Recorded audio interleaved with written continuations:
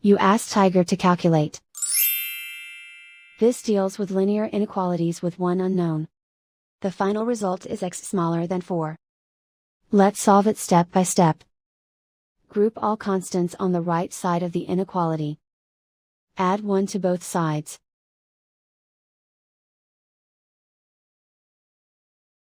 Group like terms.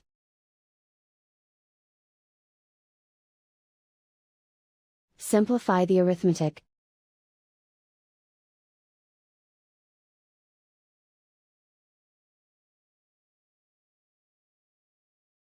Isolate the x. Divide both sides by 4.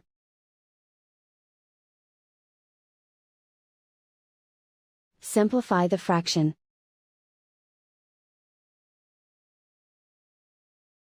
Find the greatest common factor of the numerator and denominator.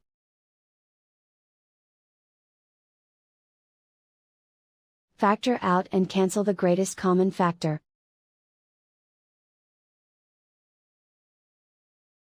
Plot the solution on a coordinate grid. And so the final result is x smaller than 4.